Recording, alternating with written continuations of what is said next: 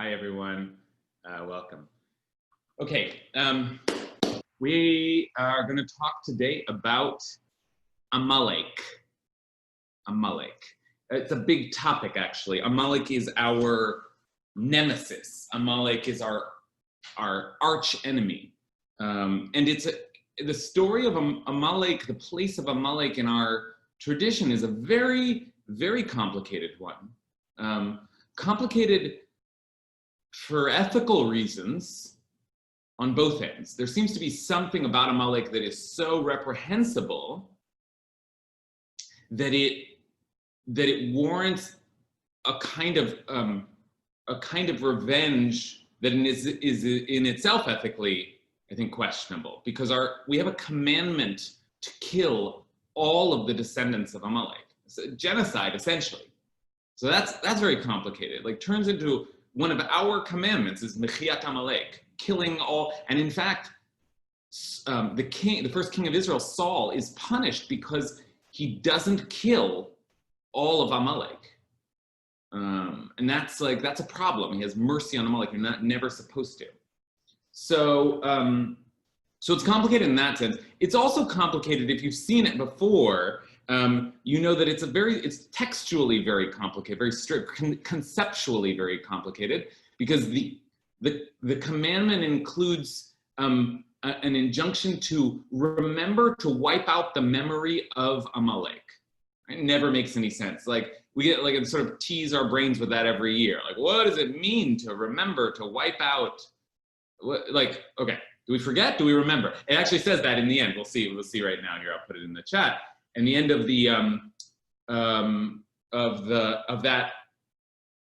that commandment reading, it says, do not forget to remember to forget, right? The whole thing is very, very strange. And what I'm talking about right now, here, I'm gonna send you the source sheet and then we'll share it.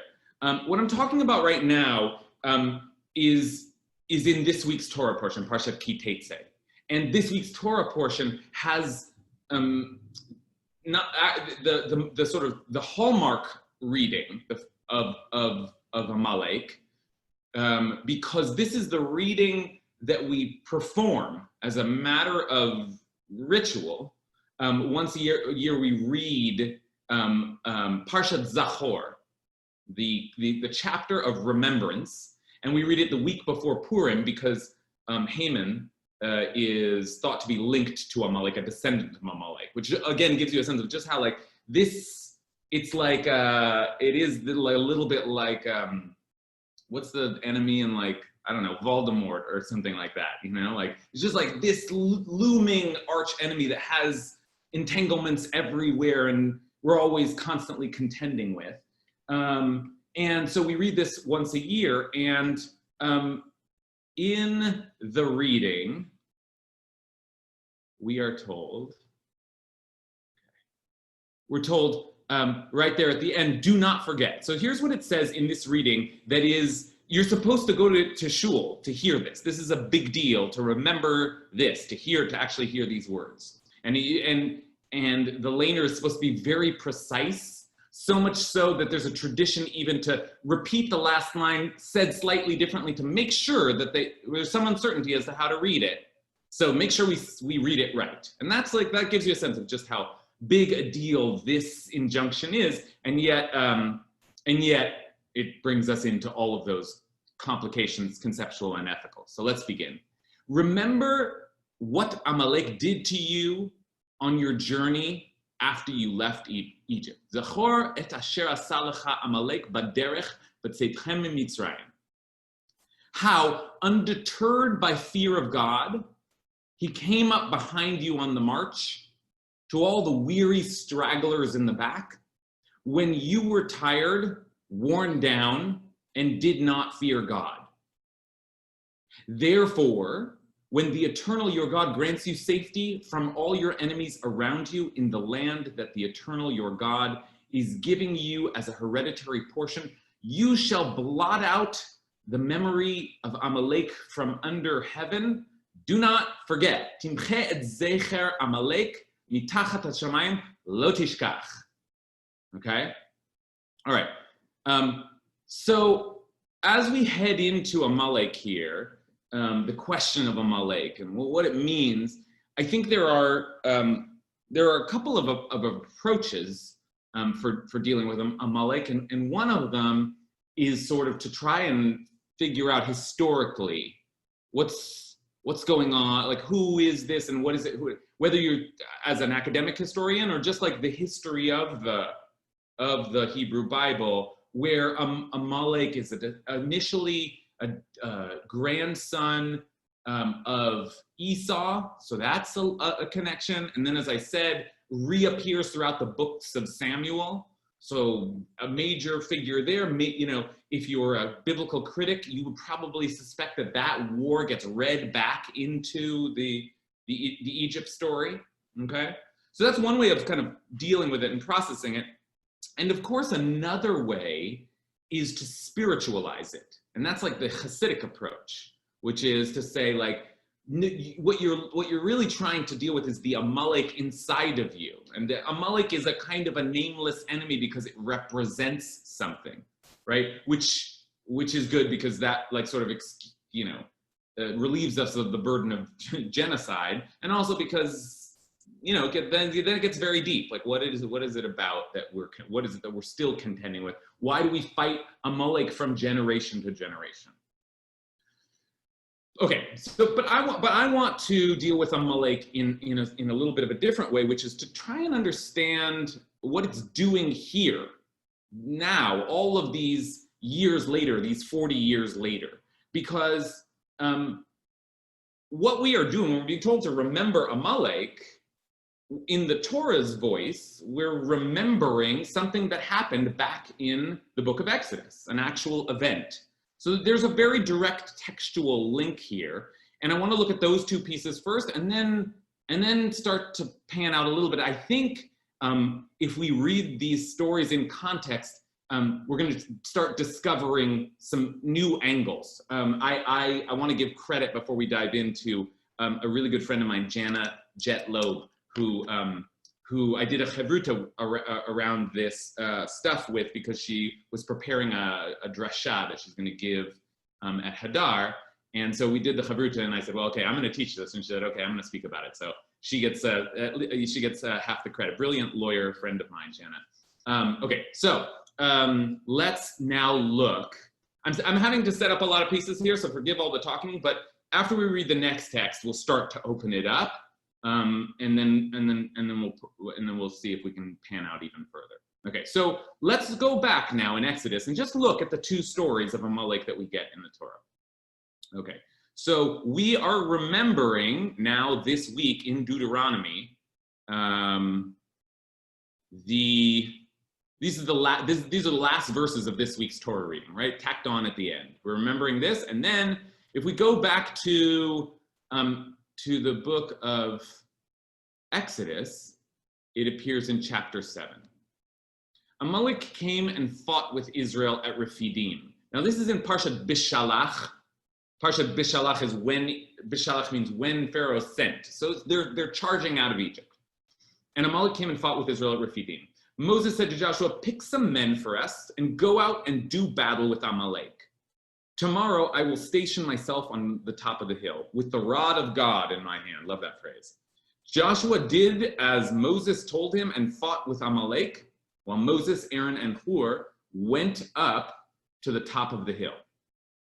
Then whenever Moses held up his hand, Israel prevailed, but whenever he let down his hand, Amalek prevailed. All of the paintings, famous paintings of this battle, are like Moses with Joshua and Aaron holding up his hands.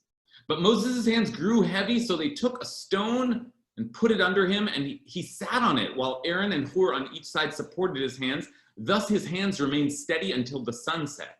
And Joshua overwhelmed the people of Amalek with the sword. Then the Eternal said to Moses, inscribe this in a document as a reminder and read it out aloud to Joshua. I will utterly blot out the memory of Amalek from under the heaven. And Moses, there's the same sort of irony. Write this down. Make sure to record that this name will be forgotten completely. It's like totally bizarre.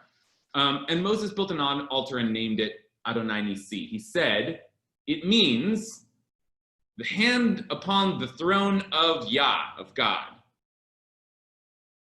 The Eternal will be at war with Amalek through Midor Dor, throughout the ages.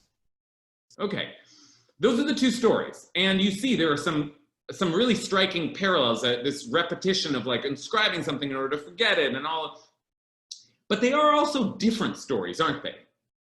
These are two very different stories, right? Let's talk a little bit. What is different about these two stories, right? This story of the whole battle, and then what we read here, and I'll just read it again so we have it in our fresh in our minds. Remember what Amalek did to you on your journey after you left Egypt, how undeterred by fear of God, he came up behind you on the march, to all the weary stragglers in the back when you were tired, wore down, and did not fear God. Okay, so what's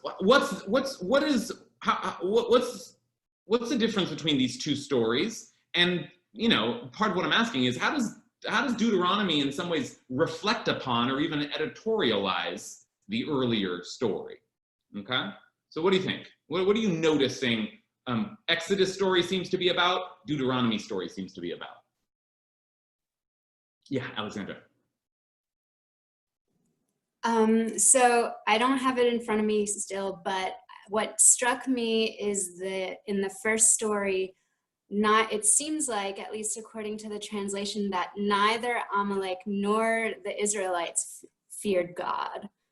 And that's fascinating to me, that that's mentioned as a quality for both the peoples. And I don't know what that means, but I don't think that's described as such in the second story. Okay, very keen eye there, very perceptive. That's exactly right. Although it's not exactly clear. This translation is mine, or at least refigured as mine. Usually the translation says, how undeterred by fear of God, he came up behind you on the march, to all the weary stragglers in the back, when you were tired, worn down, he did not fear God, right? Repeats it. But I would make a claim, and those of you who are comfortable in the Hebrew can see if you agree, that it seems like Asher karcha b'derech. Oh no, sorry. There's a problem here. I just translated. I retranslated and left in the wrong translation. So it should say this, right? But here's the reason that it's complicated. I'm sorry, that's just a mistake of mine. But you're onto something, which is that the language here is, okay. The language here, sorry, a little snafu there. The language here is, he came, what's going on here? I'm just losing it, just totally losing it. Okay, came up on you on the road, behind you, all of the weak stragglers in the back, and you were tired and worn out, velo yira Elohim, and you did not fear God, right? So it is possible to say that to throw it back and say he did not fear God, but it seems like in the flow of it that you did not. So it's a little ambiguous there. Okay. Sorry, but my translation made it even more so. Okay, so two stories. Alexandra, you're looking like you want to follow up. Oh, just that I love that it's about their development of the relationship with God, and I think that it's applying to the Israelites, and that this is a battle that demonstrates to them who God is to them, because they win through a miracle that can only be ascribed to God. Okay. And when they didn't have an understanding of God, so they're learning. Okay, so maybe there's a hint there, maybe in both of these stories, that reliance on God is part of it. That what needs to happen in order for you to win is to really trust God. That seems especially clear in the Exodus story, where there's some sort of miraculous, like Moses lifting up his hands and down his hands, and right, and they make it explicit that like God is going to do your battle for you. Okay, let's see, Leah.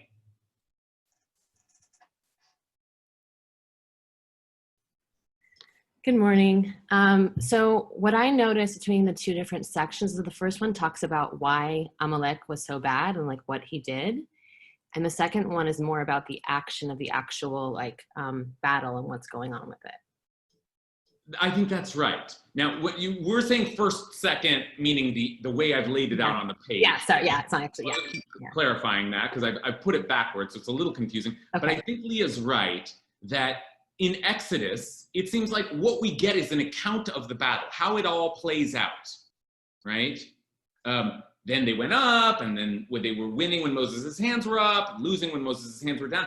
The emphasis of the story seems to actually be on the miraculous nature of the battle, right?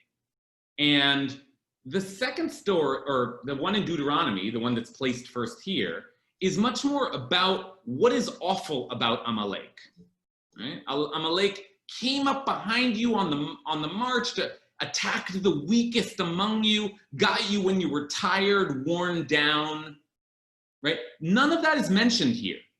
That seems to be the entire emphasis of Deuteronomy, is that we were weakened and Amalek came up from behind. In fact, the language here is, in Hebrew, is Vaizanev becha, which is like the language of a tail, like came up at your tail, grabbed you by the tail.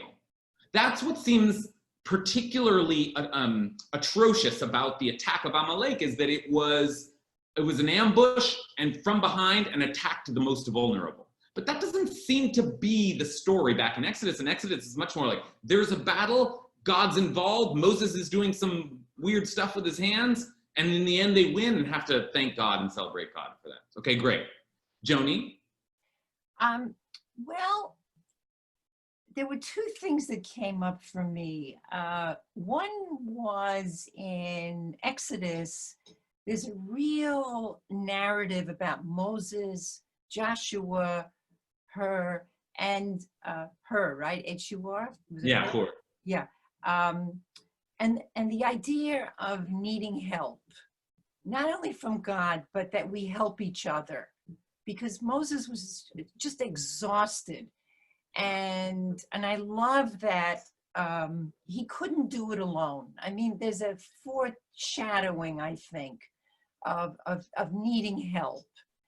And the other thing that came up for me was in Devarim, this is a telling of a story.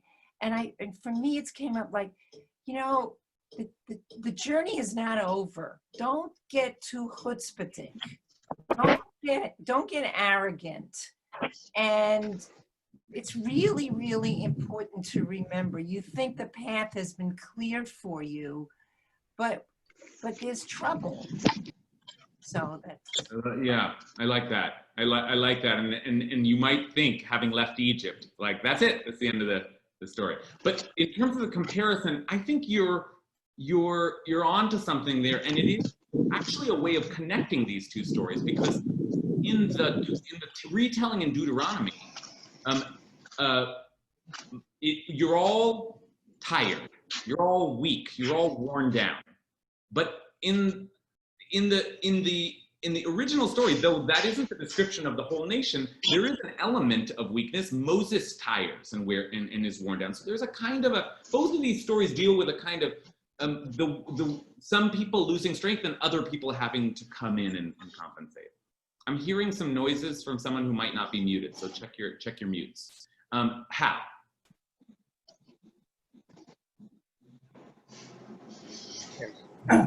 This isn't so much about the difference between the two stories, but what I'm feeling a lack of is the narrative of Amalek.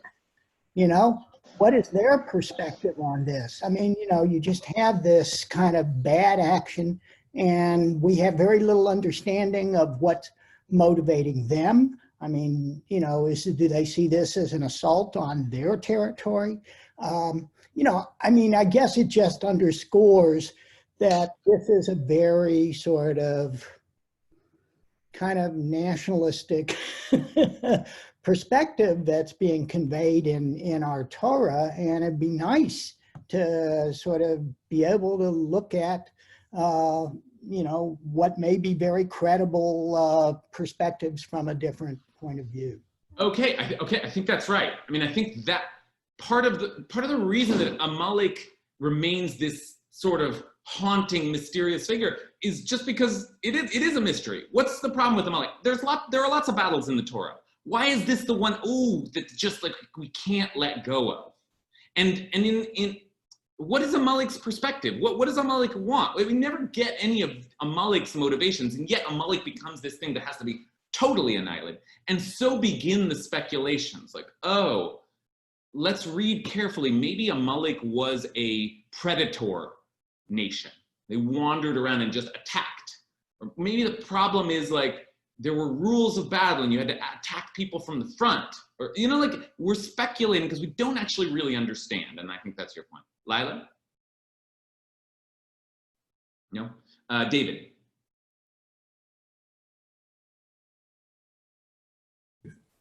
Yeah, it feels like an epic battle is going on here. In both stories, it's just they talk about tired and weary. You get the feeling that God's kind of tired and weary. Like this is an epic battle that's being fought up there, and you better keep your faith and stick with it. And Moses, you know, in his farewell speech here is warning the people that, you know, that this is always going to be there for all time, and you better watch out for this and basically keep the faith. But it's you know, it's very consistent with all the mythology going on in the region. Well, yeah, I mean, that sounds right, except that I would expect, given what you've said, I mean, the Battle of Amalek is actually pretty wild. I mean, most of the battles in the Torah are just military battles, but the Battle of Amalek is like Moses doing something and the throne of God is upon him and they lift up his hands and like, I can see saying, remember the Battle of Amalek when God came down and put, you know, miracle wonder power in my arms and saved you all. God is with us at all times. But that's not the way the story is reflected upon. Remember that they attacked us and they came up behind when you were weak and all this stuff. That's what I meant with it being up there. It's something epic going on that around us and above us, and that we're not always not in control of, and it's just God is our shield. That's it. Yeah, I like that. Jonathan. This sort of recap by Deuteronomy and revisionism is not unusual. It happens with a lot of stories, right? And one of the things I think it really adds here is kind of a critique of the Amalek story as an analogy of ourselves, in the sense that our minds, our souls, our bodies are spaces that always contain something. They're never really empty. And so if you don't have fear of God, something else comes into that vessel, which in this case was Amalek. Right? And I think this really fits into the idea of remembering to forget. Right? That forgetting is not an act of emptying the vessel of memory, but rather being very proactive about like understanding the problem in that situation.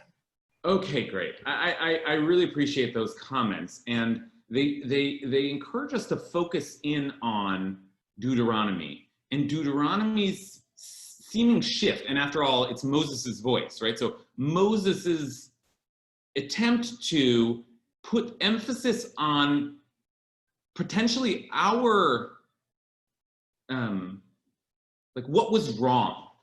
And as I said, it may be that part of what was wrong was that we didn't rely on God. We didn't fear God, right? Like you could read that either way. But I would say, let's look a little deeper, because there's something else that's wrong in the Deuteronomy passage. Like there's a problem here. Right, as Jonathan encourages to try and figure out what was the problem. I think there's actually a problem here. So just take a look at for a second at what the situation is. He came up behind you on the march to all the weary stragglers in the back when you were tired, worn down, and did not fear God. What's the problem there? Like that should, when you think about that scene, there's something's not right. Why are your weak people in the back? What are you doing? What's going on? Like what? This is how you travel? Brilliant. Thank you. Yeah, we were all just charging forward, and all of the old people and the disabled people, like, and people are, whoa, or just someone who's tired that day, or child, all those people are. So yeah, Amalek came up behind you in the back and was able to attack, but only because you left all the stragglers back there. Is that how you travel? I just want to say that I don't make too big a case of it now, but I want to say that that's a strange thing. And maybe it does mean, like, there was something wrong with us and the way we were organized, such to allow for that. Okay, anyone else before we press forward? Okay, so now, so with all that in mind, I want to now think a little bit about another way, as I said, of looking at this. Another tool that we have for analyzing these stories, and now we've already got two links, or we've already got one link between two texts, right? The Exodus and the Deuteronomy. I also want to just like think a little bit about the context or the placement of these two stories. Now, first of all, both of the mentions of Amalek come at the very end of the Parsha. So this week, we have a bunch of laws. Kitetse has more laws than any Parsha, I think, in the Torah. And yet, there at the end, we have this remember Amalek thing. So too, in the book of Exodus, this is the end of Parshat Bashalach, the last thing. Now, that's already interesting, and I do think that there's a kind of, the Torah is doing a little wink when it speaks of the Amalek coming up behind you at the tail, and these two sections being at the tail of the Parsha. Like, I do think that that's actually stylistically intentional, but that's in the realm of Drush. We'll leave that there. I want to just look at the context of the placement of these two stories altogether. So here is the end of the Parsha. Remember Amalek. This is this week's Parsha, Deuteronomy. Let's just scroll back and see what comes. Where is it coming? Where is it appearing? What comes right before it? And it's actually, I mean, it doesn't seem to have much to do with it at all. You shall not have in your pouch alternate weights, larger and smaller. You shall not have in your house alternate measures, a larger and a smaller. You must have completely honest weights, even shlema v'tzedek, and completely honest ephah. That's a particular measurement. So it gives like honest stones and honest measurements. An ephah is the word there. If you are to endure long on the soil that the Eternal your God has given you, for everyone who does those things, everyone who deals dishonestly, is abhorrent to the Eternal your God. Now, then remember Amalek. Okay, I mean, any connection there? Like, that seems odd. Like, just as a flow, does anyone feel like, oh, that sets off a light in me? Wendy, you have a thought? Or no? Yes, no? Anyone else? You Yeah? know, I have had questions about it, and I'm wondering if maybe, you know, we talk about memory and remembering as Jews is such an important part of who we are. When remembering is what we're supposed to do with laws. Remember these laws, remember these things, remember that when somebody dies, we remember. Every year, we remember. When we don't remember, it's almost like it's a very deep dishonoring of a person. When you don't remember Amalek, it's as if this person never existed. How horrible, you know, there's something that's what it struck me as when keeps talking about do not forget. Remember to not remember. As if that nothingness is the darkest place you could be. Mm-hmm. Okay, but somebody tell me, how does that connect to the weights and measure? Any connection there? Any, like, it's a very deep thing Wendy's talking about, but it seems all that depth seems to come out of nowhere. Like, it's just talking about like making sure you have your weights and measures right. You want to have a theory on that? Yeah, I was thinking about like it's funny because I at first was like, no, there's no connection also, but it's the tired and weary are not in the back on purpose. They're in the back because that's where they fell because they were weary. So Amalek coming up from behind is not an equal weight or measure. It's an unfair way to attack. There's supposed to be laws and rules about how you enter warfare. So they are connected in that way, that like you should have like an agreed upon battlefield before you enter battle, rather than just surprising people at their weakest point. Okay, that's a good theory. This is about precision, about following the rules, about doing things correctly, and that includes, you know, how we reflect on warfare. Yeah, Lila?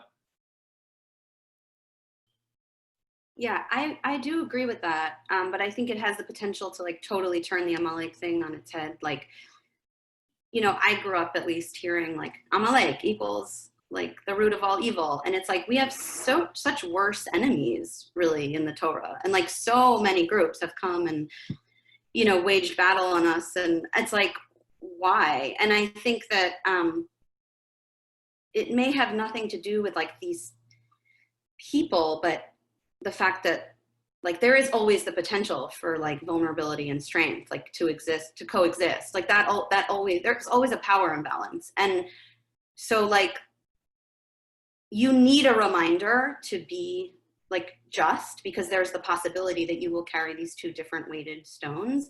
And like it's not like remember Amalek, it's like when when God like protects you, like that's when you have to remember Amalek is like when you're, I forget what the language is exactly, but in the second, like chronologically speaking text, like when you're surrounded, you know, and protected, like that's when you need to remember and not forget like the power that you now have to behave the way they had. So I don't think it's actually even about this group of people, and it's just like the value that's being imparted here. Okay, this is good. There's some good theories here that are emerging about the connection between the sort of the language of like sort of righteousness and correctness, and, you know, like being thoughtful and mindful, precise, just in the way that we think about each other and our dealings with each other reminds us that there are all kinds of, in Lila's language, power imbalances in the world, and that should sensitize us to not manipulating that. Just as you might manipulate the scales, so someone else might come and manipulate your vulnerability, right? So, okay, that's a good connection. That's a good connection. All right, I want to take one more comment, and then I want to make a connection of my own and move a little further. Allison, you had a hand up. Yeah, I just want to try this out, but I wonder if there's something here also about faith. I'm thinking about how in Exodus, how Moshe has to keep his arm raised, and as soon as he lowers his arm, that's when they start losing in battle. Yeah. And also about the fact that, you know, who are the ones who get attacked? They're kind of the stragglers. And I wonder if maybe there's something in there about why should we always be honest in our dealings, like with weights and measures and things like this? Well, maybe it's because, you know, we should be afraid of our reputation, and if you get caught cheating, that's not good for you long term. Like there's a rational way to do that. But maybe it's because like we want to have an internal sense of right and wrong, and maybe there's a connection between having that internal sense of justice and uprightness and keeping your arm raised. It takes effort to keep your arm raised. It's like hard, but you kind of have to maintain it. And it takes a certain type of, you know, like in yoga, if you're going to hold a position that's difficult to hold, it takes a certain type of like internal stability to do that. Mm-hmm. Yeah. In right. other words, like faith here, trust in God, which is one of the messages of the original Amalek story, that might be operative in so many ways, in the way that we live out our social lives. Like we have to trust that if you deal honestly, you will be like, I see you not sure about what I'm saying yes and. So I think what's happening here is yes, trust in God, but you can't only trust in God. You can't only trust in God and straggle in the back. You have to buy into collaborating with God.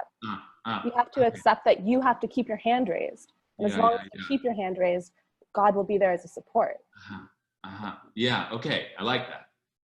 Okay, actually, I think all of these thoughts, as I often note, the intuitions in this group are very strong. So I think a lot of you are seeing, in some ways, already towards where some of the next layers will take us further. But I wanted to share with you something that I saw that kind of blew my mind, and I haven't totally made sense of it, but there's a connection here that I think is just I've never seen before, and I think is so worth exploring. So I had this sense like, oh, let's think about where this is in context. At the end of the Parsha, all these weights and measures, and then Amalek, right? Okay. Now, there are weights and measures laws that appear earlier in the Torah. Back in the book of Leviticus, you have a very similar language, right? This is the holiness code. So one of the ways of being holy is to not falsify measures of length, weight, capacity, moznei tzedek, avnei tzedek, eifat tzedek, vehin tzedek, honest tzedek or righteous balances, righteous weights, right? And there's that word ephah again, and another measurement, a hin. These are ancient measurements. I, the Eternal, am your God who freed you from the land of Egypt. Sort of a connection there, but not really. I mean, this is just an earlier mention of these same laws. Okay, so that's there, and you should know that that's there also. But I started thinking, okay, if this is at the end of the Parsha and right before it is this weights and measures stuff, I wonder what comes right before the Battle of Amalek back in Exodus. Because after all, that's the whole idea, right? Didn't they just pounce upon you? So what exactly is the context there? And I found something really, really astonishing here. Now, let's just go backwards here. And I'm going to give away a little bit the story just so we don't need to take too long to figure out what I'm talking about. But like, here it is. Here's the story of Amalek. Starts right here. Amalek came and fought with Israel at Rephidim. And here comes the whole battle with the stones and the hands and all of that.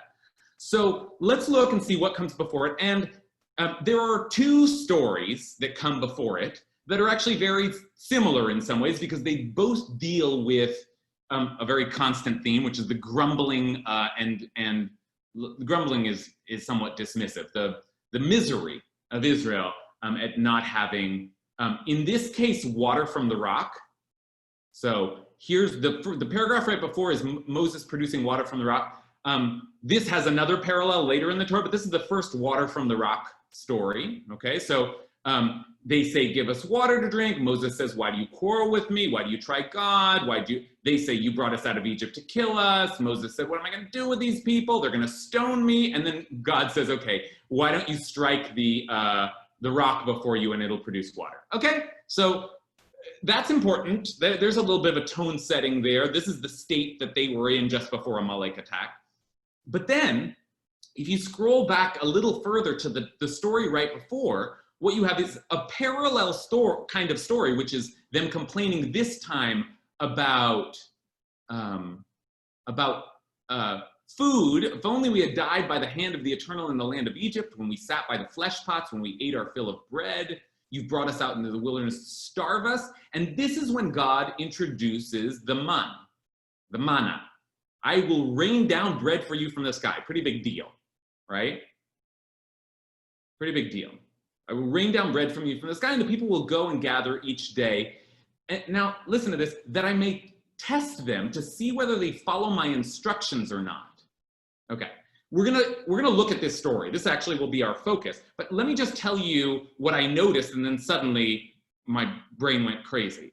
Let's scroll a little bit forward, and God says he's going to deliver the manna, and Moses says this is how it's going to work. And I notice that once we have the manna, they start talking about the measurements in which the manna is distributed.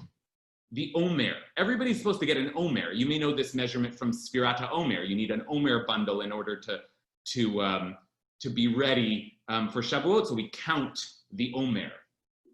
Okay, so that's interesting. There's like sort of a measurement, you know, in the story that comes just before Amalek.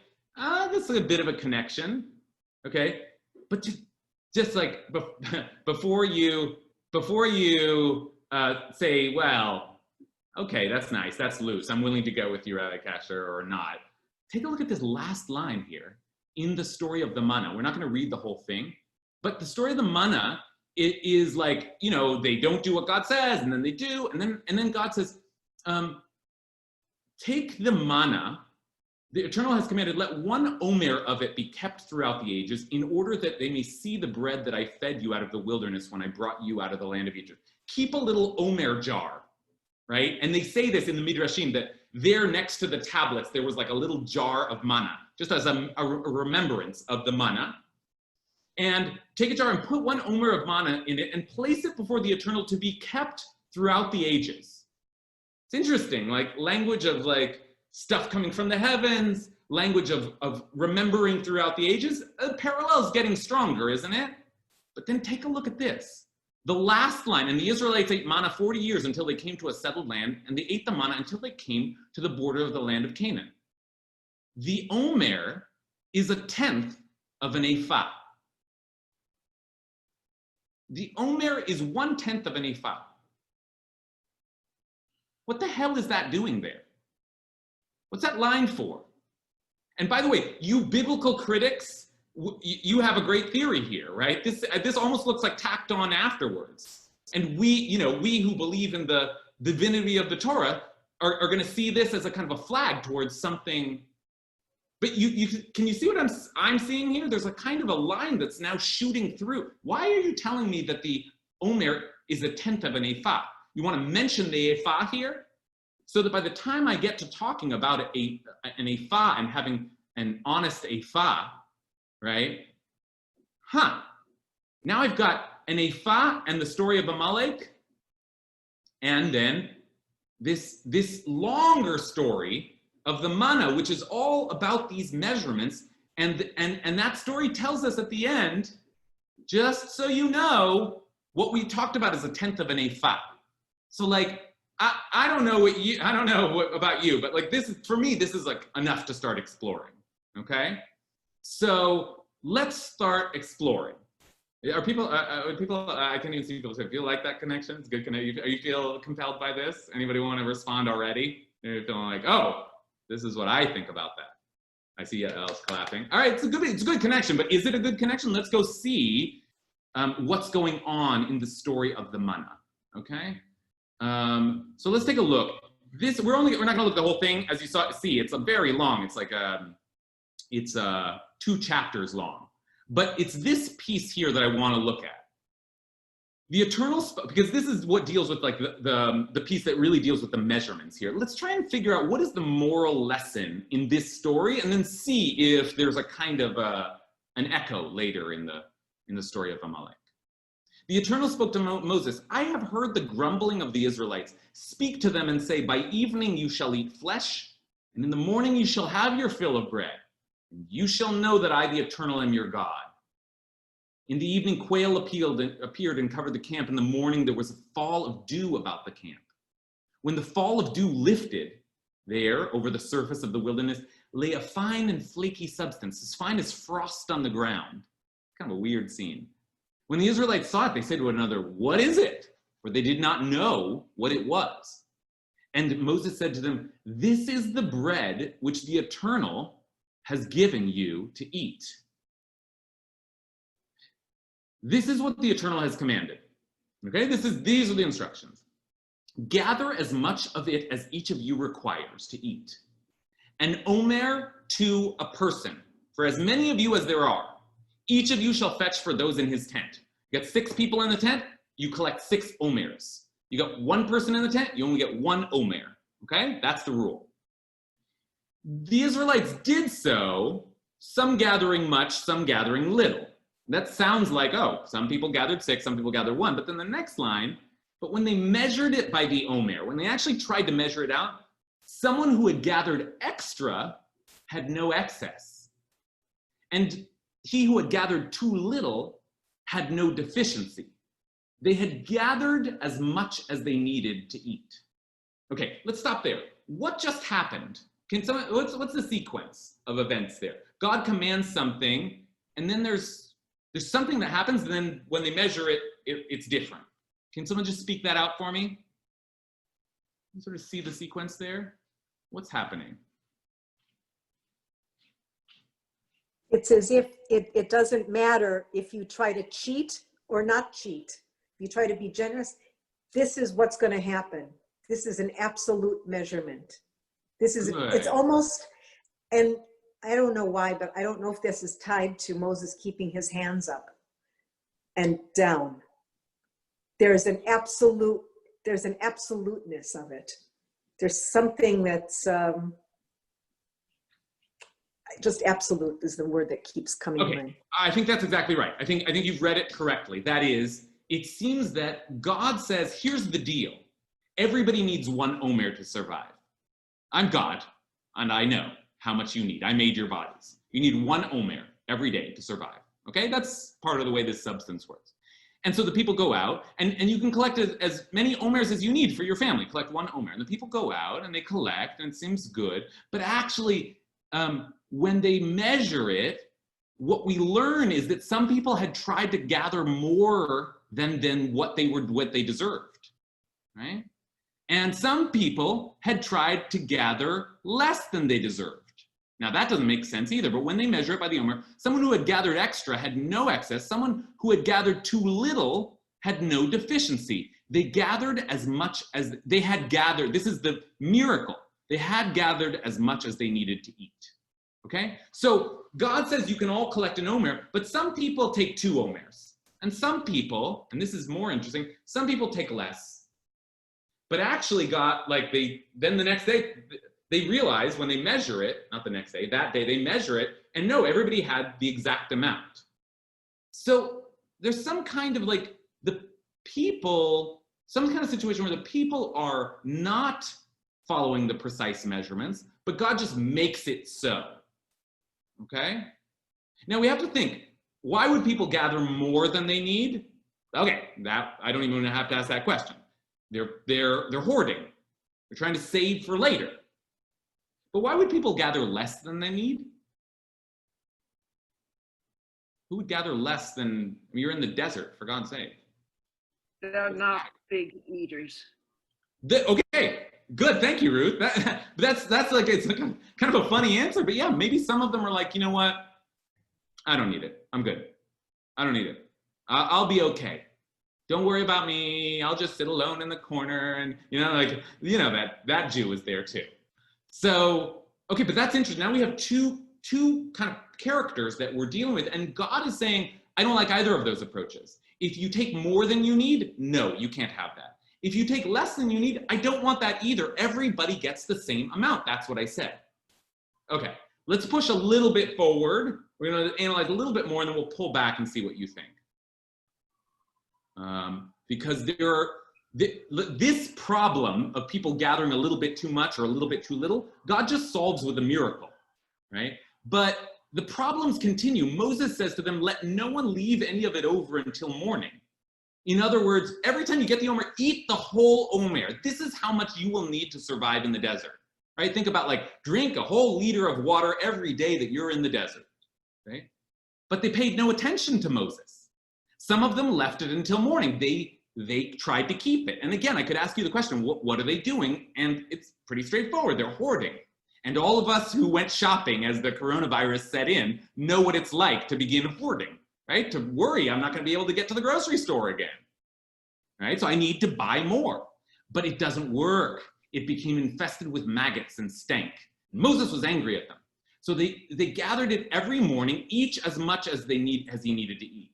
They tried to get around it. They kind of lied their way 2 times. They broke the rules twice, but in the end, that just didn't work. The omer itself was a kind of a miracle substance which only gave you as much as you needed, no more, and gave you everything you needed, even if you tried to take less.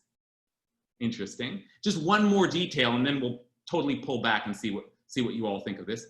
And then on the 6th day, they gathered double the amount of food, 2 omers for each. Now, that's because of Shabbat. And when the chieftains of the community came and told Moses, he said to them, this is what the Eternal meant. Tomorrow's a day of rest, a holy Sabbath of the Eternal. Bake what you would bake and boil what you would boil, and all that's left, that is left is to be put aside to be kept until morning. Now, the reason this is interesting is because we know what happens when you keep it and hold it over until morning. It rots. But they put it aside till morning as Moses had ordered, and it did not turn foul. and there were no maggots in it. And Moses said, eat it today because it's the Sabbath of the Eternal. In other words, this is the system. You every day get one omer. You eat all that omer. Eat it. Don't try and save it, right?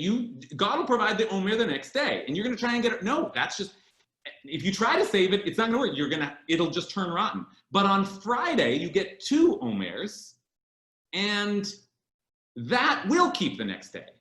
Okay? So there's a system in place, and you may try to get around it, but it doesn't work. Everybody gets the same amount.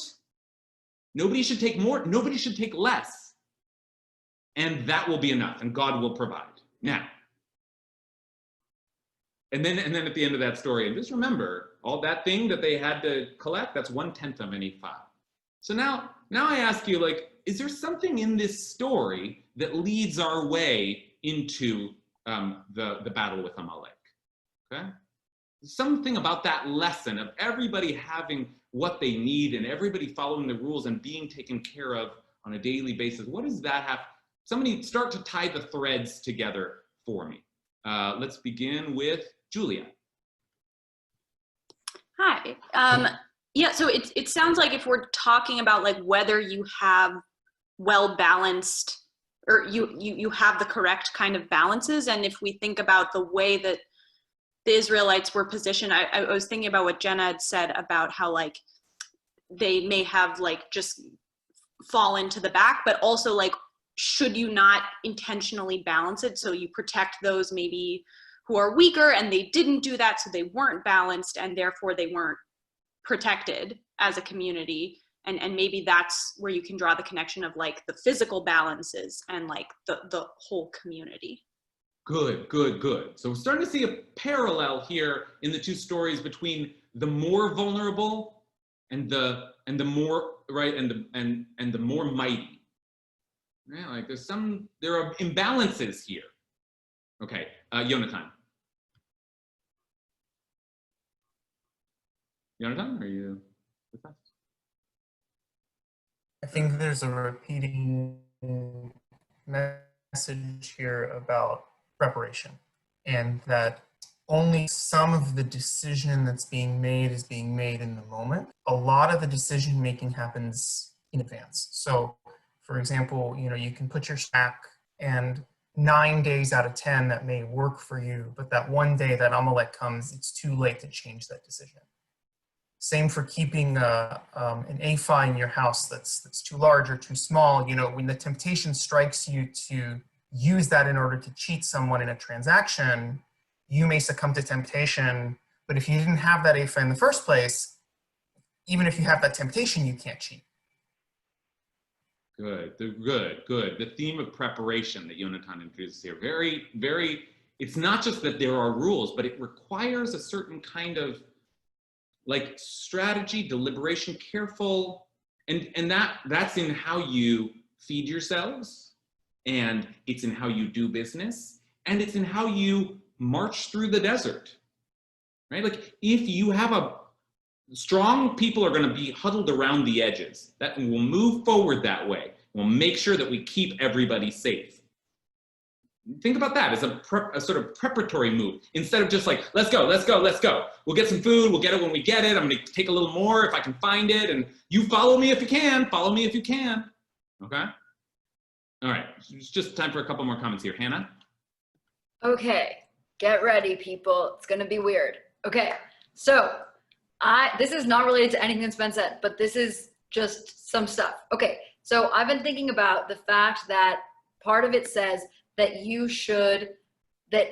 Moses tells them that you should take a jar and put an omer of manna in it and place it before God to be kept l'dorotechem, like for your generations, as a reminder, okay?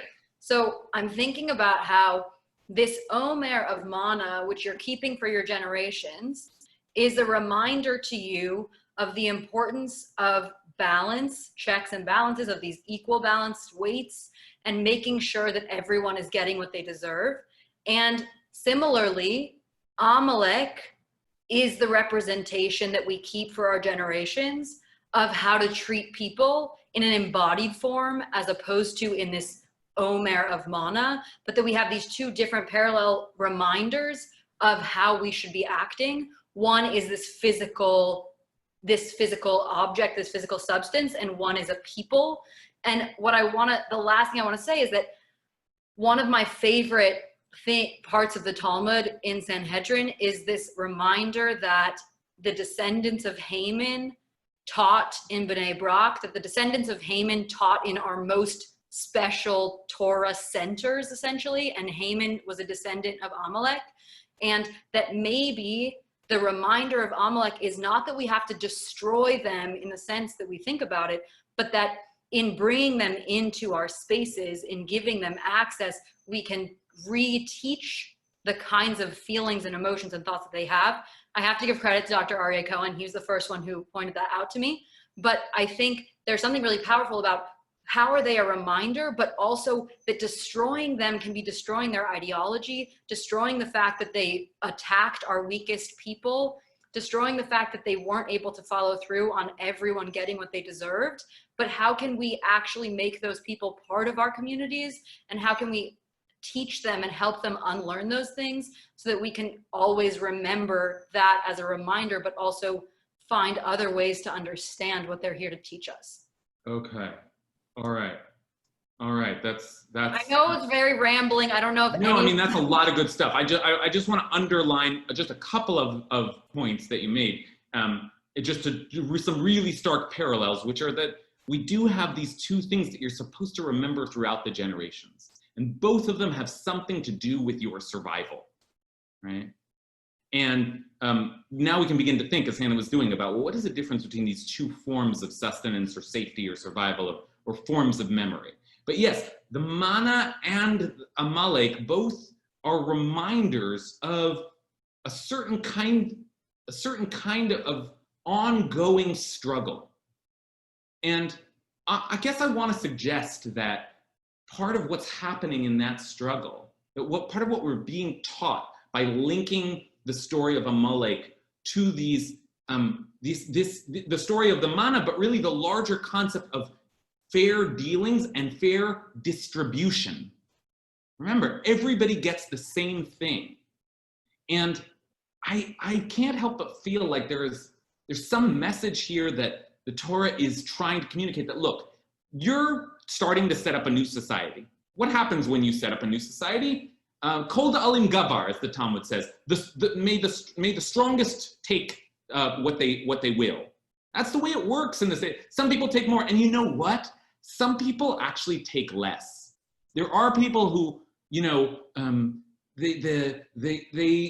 they'll diminish their own needs. As Elie Wiesel once said, the best of us, we know that the best of us died in Auschwitz, right? Like those who said, no, you take more food, right? Those are two human impulses, and what happens when those impulses are released is that the mighty will take more and the weak will become weaker. And then what happens? Those weak are vulnerable.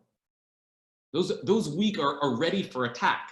And Amalek comes and takes the weak among you, right? Because you didn't distribute. You didn't think of everyone. You didn't have a plan. You didn't follow the rules. You didn't trust in God. If you trust in God, then you just distribute evenly and trust that God will take care of you the next day, right? So I do feel like there's some kind of connection here being made between the idea of fair distribution, but fair consideration, the attention to everyone in this society, especially the most vulnerable. And if you don't do that, it won't work. Eventually, something will come and attack you, and then a third of your nation will be gone. And then eventually, even the strong are more vulnerable, right? I guess I only like wanted to just sort of like briefly also reference like this pandemic that we're dealing with, when we're so palpably aware of the ways in which, like, if we leave some people without resources, without health services, right, eventually it will affect all of us. They'll get sick first, yeah, but they're part of this whole, right? So maybe there's some connection there. All right, we're out of time, but anyone have a burning desire? Burning last thought that they want to share? Especially if you haven't spoken yet? Leah.